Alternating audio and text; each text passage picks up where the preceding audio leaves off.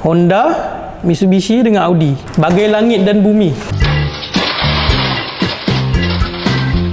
Hari ni aku nak buat satu video yang simple, sesangat-sangat simple je. Korang tengok kat sini, ini adalah gearbox Mitsubishi Lancer. Gearbox ni gearbox CVT lah. Lancer, Inspira guna gearbox CVT yang sama. Bila sebut pasal CVT kan, mesti ada 2 biji puli dan juga 1 steel bed. Boleh kata komponen utama dia lah. Sebelum ni aku dah tunjuk kat korang perbezaan steel bed Toyota dengan Honda, Honda dengan Proton, Nissan dengan Honda. Jadi hari ni aku nak tunjuk perbezaan steel bed Lancer CVT dengan Honda CVT. Dekat tangan kanan aku sekarang ni, ya, ini adalah steel bed Honda CVT dan yang ni pula steel bed Mitsubishi Lancer. Dia basically Lancer dengan Inspira sama je lah. Yang steel bed Honda ni selalunya dekat model CTJM6, CVFC 1.8, Honda Jazz, HRV, BRV, semua steel bed dia sama je, besar-besar ni je. Tapi kalau yang Lancer dengan Inspira, dia besar-besar bas. Dia lebih kurang macam Toyota pun ada aku tengok ni. Ke Toyota besar lagi. Korang rasa macam mana? Saiz dia, kita boleh nampak dia lagi besar lah.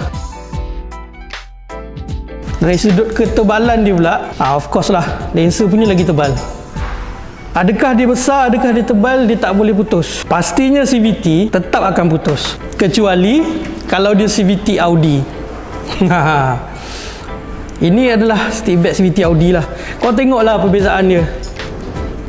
Honda, Mitsubishi dengan Audi. Bagai langit dan bumi. Untuk yang Audi ni, kita tak panggil dia steel bed, kita panggil dia steel chain. Chain CVT lah. Bukan model Audi je pakai chain macam ni. Model Subaru CVT pun ada juga yang pakai chain macam ni. Macam Subaru Forester, WRX, yang CVT punya model, Subaru punya dia pakai steel chain juga macam ni. Dia punya guide rail pun lebih kurang sama macam Audi. Lebih kurang bukan sama betul-betul, lebih kurang aja.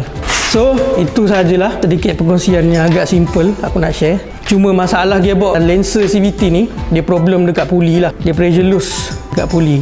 Jadi kita dah tukar puli dia yang baru. So untuk korang kat luar sana yang menggunakan apa-apa model CVT yang ada masalah dengan gearbox CVT korang tu, boleh contact kita orang di Transmatic Automotive, Seksyen 15 Shah Alam.